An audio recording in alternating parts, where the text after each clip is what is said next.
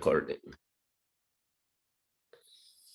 Good morning, everyone, and welcome to the vOLTHA TST meeting for October 12, 2021.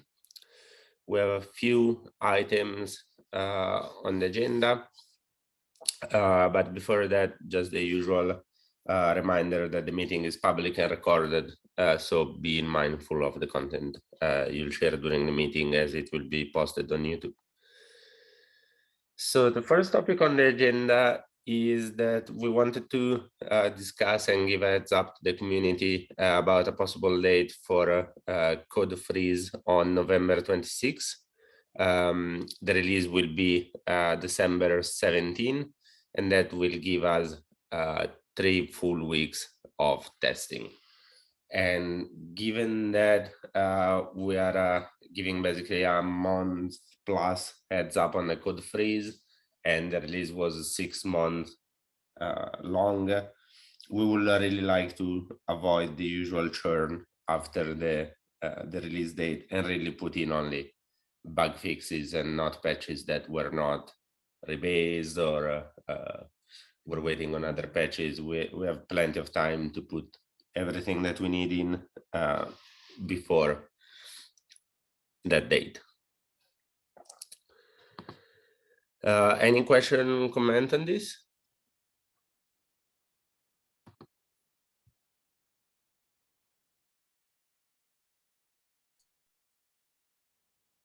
None for me, but just as out of curiosity, do we have a lot of features that's still pending to put in 2.9?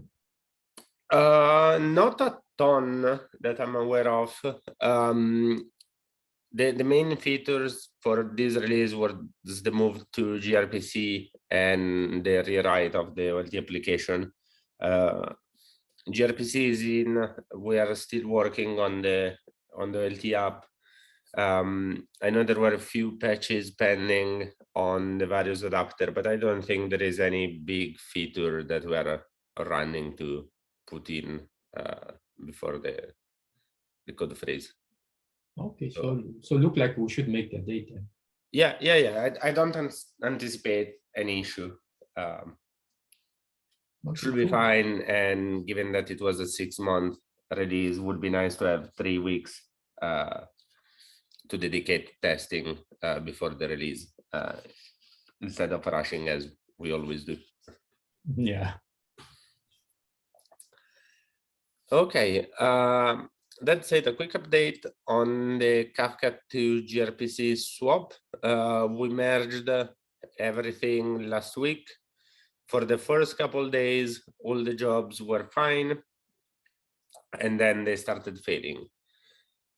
We spent some time looking at those yesterday. Some BBC-based job had issues as the job was moved from a single ONOS instance to an ONOS cluster, but there was an issue in the ONOS chart so that multiple instances of ONOS were deployed on the same node, and that was too much for the memory we were allocating to a kind cluster over Jenkins, and so things were failing. That has been fixed, but there are still some issues on the physical job.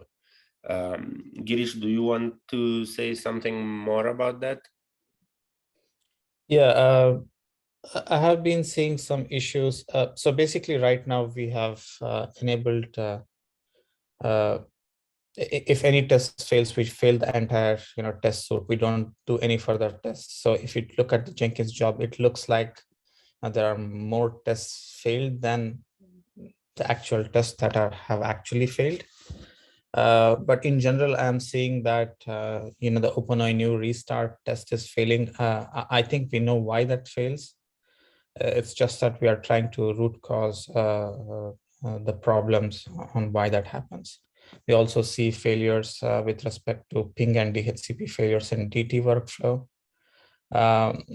That we haven't been able to root cause yet, but I think that's unrelated to any gRPC migration. It's something on the hardware that we'll need to debug.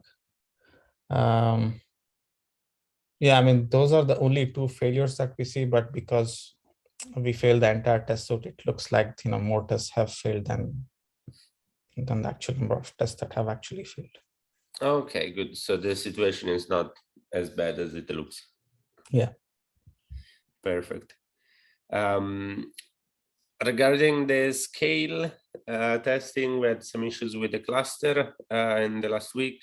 They are resolved late yesterday, early today, so expect to see the job to start passing as soon as we have a reasonable amount of runs. I'm going to collect proper measurements on both the resource consumption and the timing and share them on the mailing list. That's all we had to report about the status of the Kafka to gRPC swap. Anyone has any question or comment there?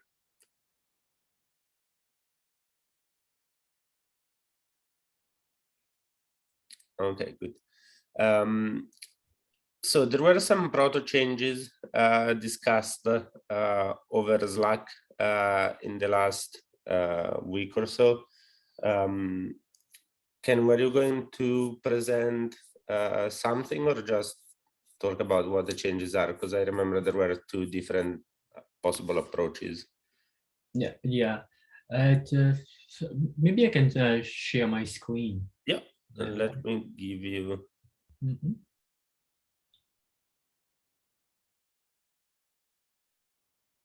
Okay, you should be able to share the screen now.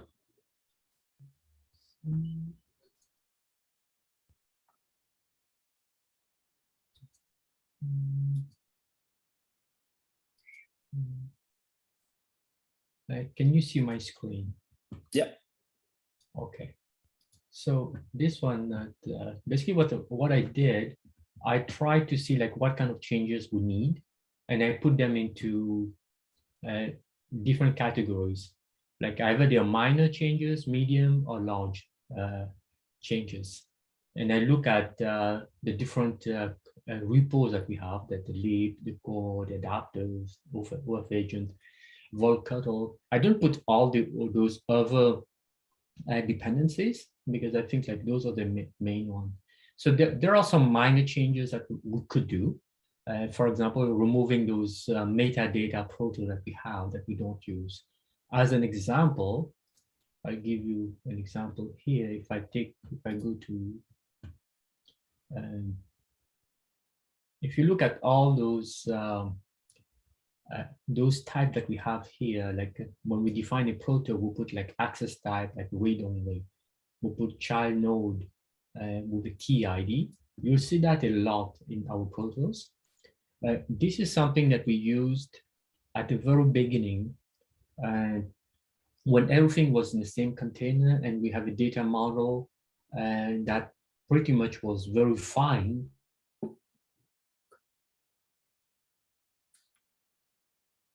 Change on a certain field whether they were allowed or not. That's why you see some access there, read only, and then some child node. That was really to help the data model to figure out like whether there is a child node is a container or not. So it was really to do all those translation, and we no longer do that. So there's no point of keeping them because it's I see at times we're creating new protos and then folks doesn't really know what they need to do. Should they add this or not? So bottom line is we should clean that up, and that doesn't have any impact other than in the protos itself. The other one is like to remove like device groups and the APIs. We have device groups that we actually don't use at all. And where is it? Yeah, device group and device groups that we don't do anything with it. So it's like either we implement something and with device groups and figure out like what it means. Originally, it was more like a grouping of things, it's a random grouping of things, but it has never been defined what is a group. So either we define that and implement it. If not, I would say like we remove it. The other one is like that was really part of the code review for Kafka to gRPC was about moving the core services from core proto to its own file. Pretty much what it means is there was in the core.proto, we have the core services there. Instead of keeping it inside this, it's just really creating a core services proto. It's really like moving it out. That's it. But that requires a little bit of changes across because of the references.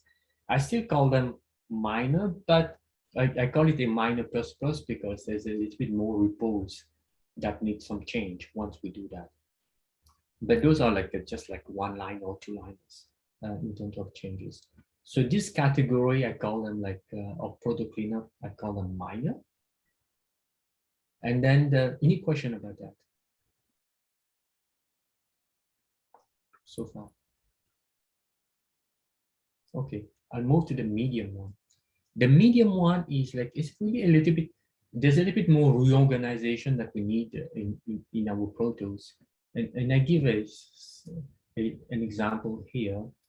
If we look at our vOLTHA.proto, we have things like, we define like event proto messages in the vOLTHA.proto when we actually have an events.proto. So those doesn't make sense to be here. It needs to be in the events proto. We have things like we are OMCI test, request and response that are in vOLTHA.proto when we can create it. So we have OMCI protos. Why not create an OMCI test on those? We have things like value set that we put here that is really then extensions or used by extensions. So we should move them into extension. So what it means is there's a bunch of things that like for example, for image download, they are in the vOLTHA.proto. They shouldn't be there because we're talking about devices here, so they should be in the device.proto. So those are the type of cleanup in this approach. So I call it medium because there's a bunch of stuff that get changed there. But the only difference that I'm saying is like we're going to move each one of them in their own package. Like for example, if you look at let's say device, before everything was in the package vOLTHA, so device goes into its own package. However, when we generate the proto, the Go version, the Go package, I leave the Go package as vOLTHA. I don't change it. I leave the Go package, and the reason why I leave it as such is because if we don't do that, we create its own Go package, then we'll have a huge amount of changes to do across both. So, because what happened is in our code, a lot of time when we invoke any component, for example, when we say device, when we invoke device, instead of saying like go to the package device and then get the device object, we actually go to vOLTHA and get the device object. And so because of that, there's a lot of changes that were required. So that's why, like in a medium case, I say like the generated Go package remains at vOLTHA, but the reorganization get done inside. And another thing that needs to be done to allow that to happen is once we put them into their package, in the vOLTHA.proto, we do a lot of import public in the proto. Import public, what it means is we're going to import the proto, for example, if we take like adapter.proto. So we're going to import whatever is in adapter.proto, and if adapter.proto imports something else, we're going to import that also. So that creates a lot of circular dependencies in Go. So I propose to remove that completely. And here you will notice that I leave the open flow as public and the common as public. This can definitely be removed. The public word can be removed. The reason why I put it there is because if we remove it, then we everywhere in the code where we call things like vOLTHA state, we have to move them to the common dot state. And anywhere where we refer to open flow messages, we very often in our code we put vOLTHA because it's the import public that is working here. If we remove that public, then we need to go directly to open flow and get that object. So there's a little bit more changes there if we do that, but I think it makes the code cleaner in order to, if we go that way. The only thing that I've noticed, like especially with the extensions, and I don't know if we want to do that or now, because like one of the things in the extension would affect also the OpenVOLT proto, because if we look at it, currently the value type, there is a type of the value that get returned when we invoke an extension.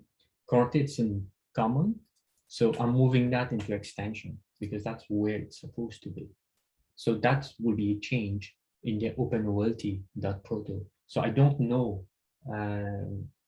if we want to go to that stage in terms of changes. If we want to do that or not. It's cleaner, but is it something we want to do? And then the last one is the large changes. This one is if we want to support server-side filtering, sorting, paging, and all those things. But most of those things have already been spec'd out.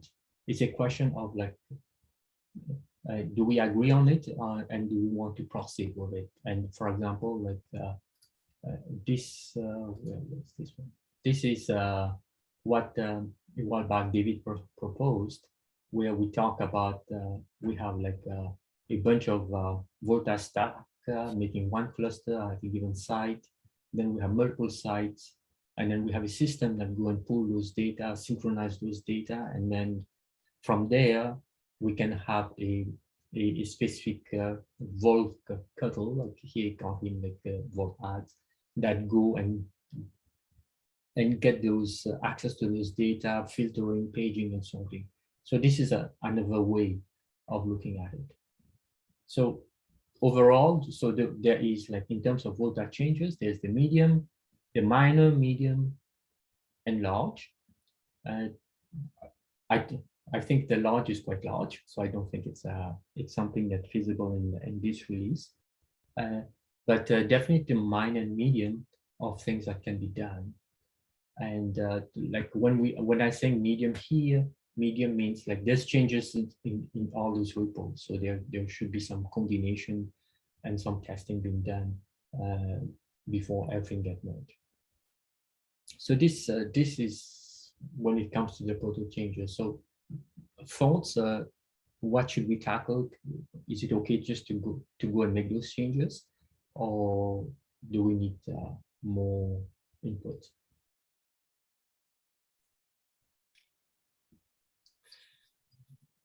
That will be personally fine with me.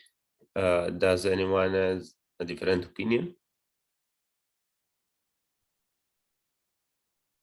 Actually, the problem when we change this protos and this kind of things, affecting a lot of parts of the code, then it's, I mean, it makes it difficult to merge the code to operator basis.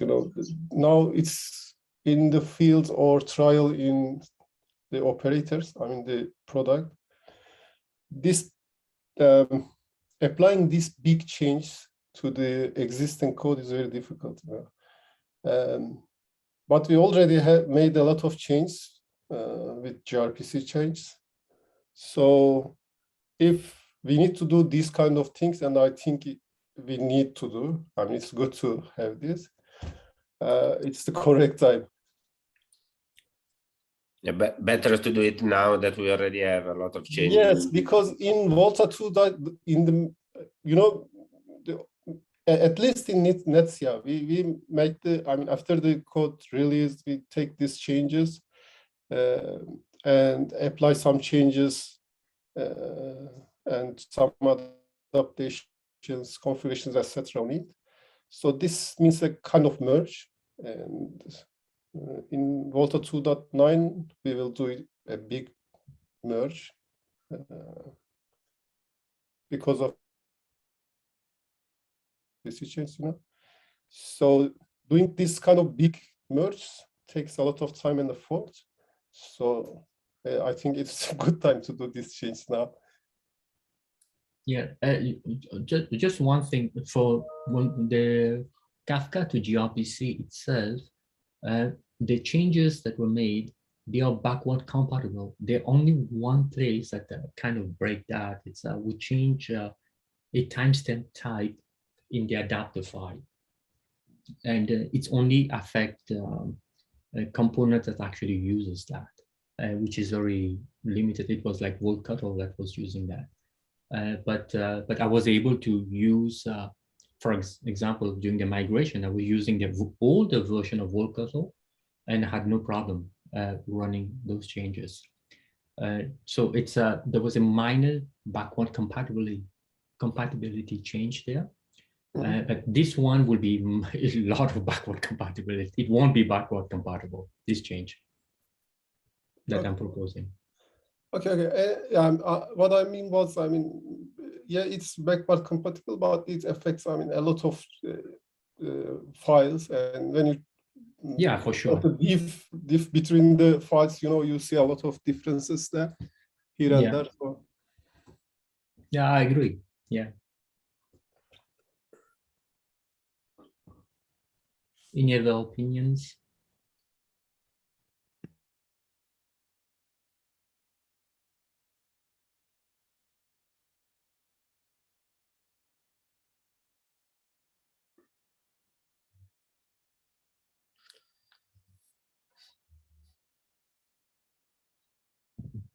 Sounds good to me.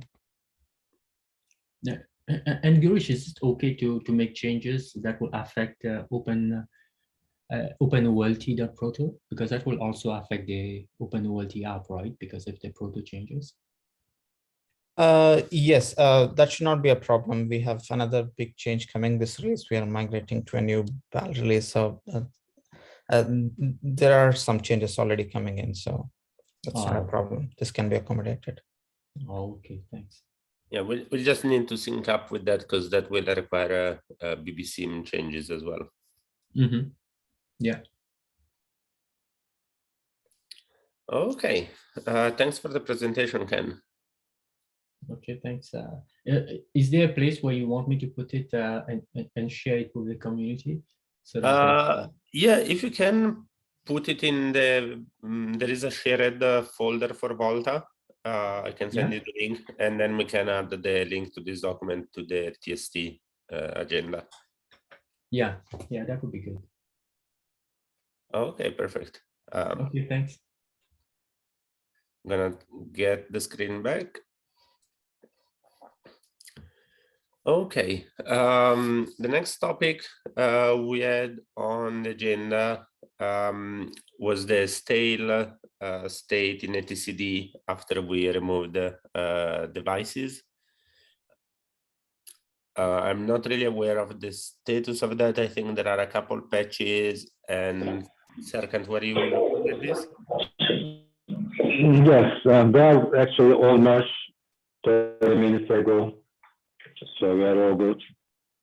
Also, Hardy prepared a test for this, and he executed the test and verified everything is works. There is no stale data in the etcd after deletion of the OLT, and also while we're starting the OLT, we verified all the data in etcd are deleted, so it's good to go.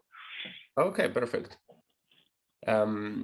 So I guess there are patches up in Gerrit.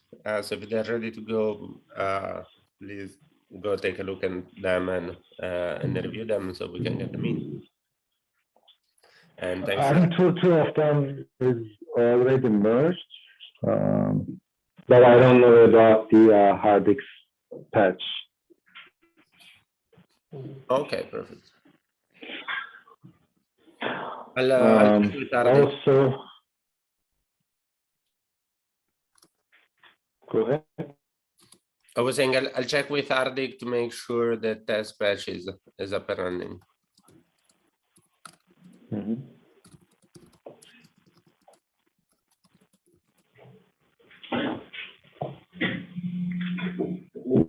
So last week we also discussed about the vOLTHA restart takes a lot of time. So we tried solving some of the issues in this patches. Girish advised to add a flag to delete all of the items, but I checked the code. It is easy, as I guess. So we need another patch, also another maybe ticket to make some performance enhancements about the vOLTHA restart case. Okay. Yeah, if you need to create a new Jira, just go ahead and do it and address it. Yeah. And if there is I'll anything, do it. I'll do it. oh, go ahead, Serkan. So, sorry, I couldn't hear you.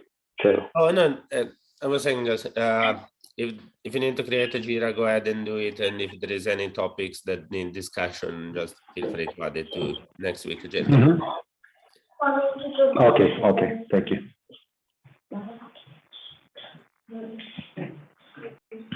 Okay. Moving on to the vOLTHA app rewrite in honors. We are making some progresses there. We are working with Tuanan from Netsia and Pierre from ONF to get the application through. We are addressing comments. The good news is that all the workflows are now passing on scale.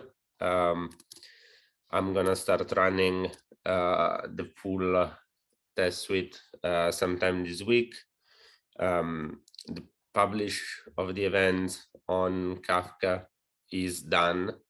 We're not publishing all of the events that the old application was publishing, but only the ones that were actually propagated to Kafka. And if there is a need to add some more events, then it's easy now that we have the framework in place. I was talking this morning with Tuanan, and he reported some issue on the TT workflow that I'm going to check later today, as well as PPPoE. But about that is we're doing slowly but steady progress, and hopefully from now we'll have more time to dedicate to the application, and we'll get it merged soon. Any question on this?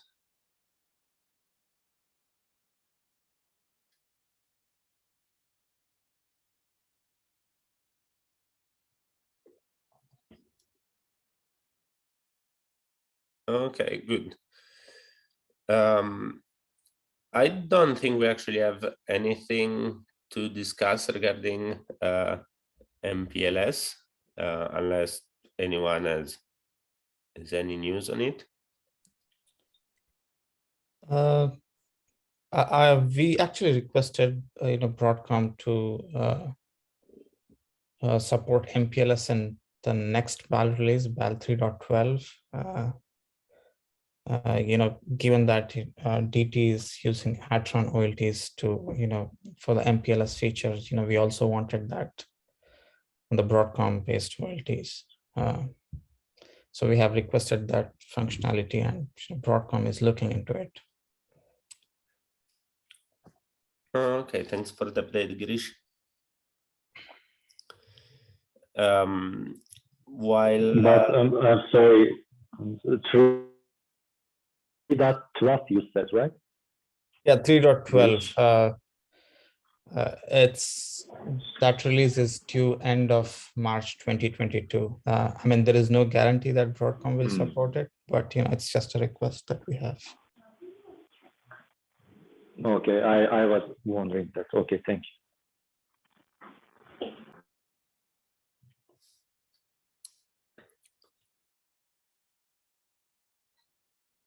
Okay. Next topic is the voice over IP support. I don't think we have any news there as well. I think we had well, pretty good agreement on what needed to be done. There's Yeah, I was supposed to bring the new APIs in this week, but I couldn't. So I'll try for next week. Okay, great. Thanks, Serkan. Mahir, were you saying something? yes, the on adapter side changes are ongoing, so no updates even there. Okay, perfect.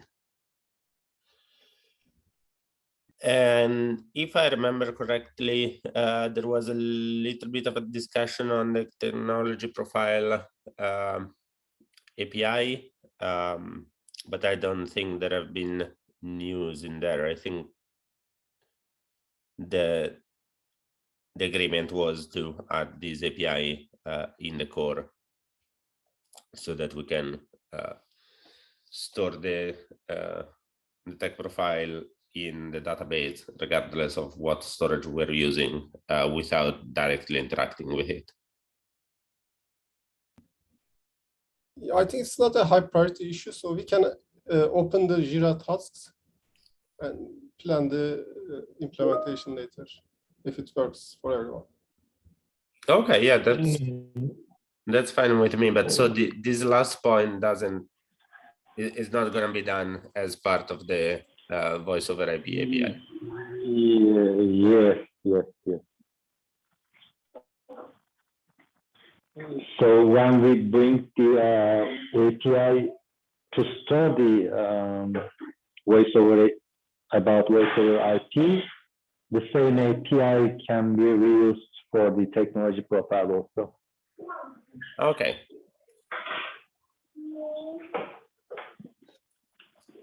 Okay, so we'll wait to see the patches when they're ready. But thanks for putting this together, guys. Is there anything else we need to discuss today? I have the preliminary IP version 6 document. Maybe we can put the link in this file. So let me put it so you can review. Just a sec.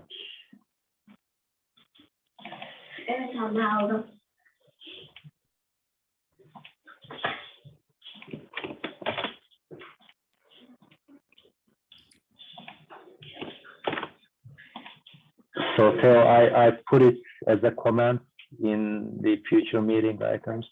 Okay, perfect. If you can put it as, yeah, okay, thank you. Yeah, we'll definitely put it in the agenda for next week, unless since we have 20 minutes more, if you want to give us an overview of it, we can do that as you want. No, just please review it first, and then we can discuss, I think. Okay, perfect. So everyone who's interested in IPv6, please take a look. So we'll discuss this during next week. Okay, thank you very much. Matteo, Yep. yeah, I need some help about an issue. You know, there was a task from the vOLTHA 2.8 about increasing the UNI port range. We are now currently supporting up to 16 UNI ports in vOLTHA, but the spec supports up to 256. So we have a task to to increase this range in volt also, but this affects the port numbers generated for UNIs on ONOS. So I think there may be some effects of these on tests, but I don't know where and how much. So can anybody check this? That's a good question. So Because I don't think we are recording the port number in the test. I think those are fetched from ONOS based on the uni port name, but I'll double check with Ardik to make sure. Yeah. okay, thank you. Yeah. Even as far as I remember, it's just port name that we refer to in our configurations.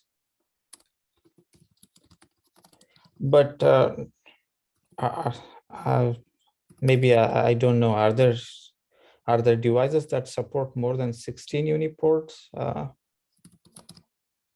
think there are some kinds of MDUs that have more than. Okay, got it.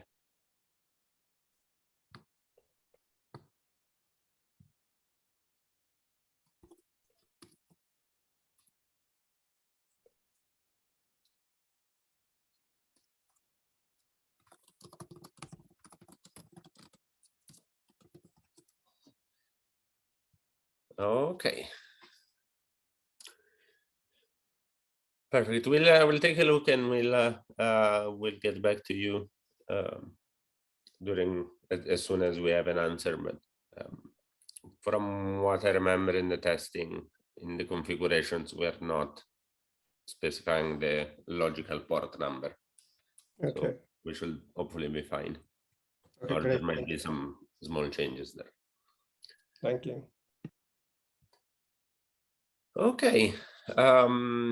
So if we don't have anything else to discuss, we can all get 20 minutes back of our live and talk to you over Slack for next week.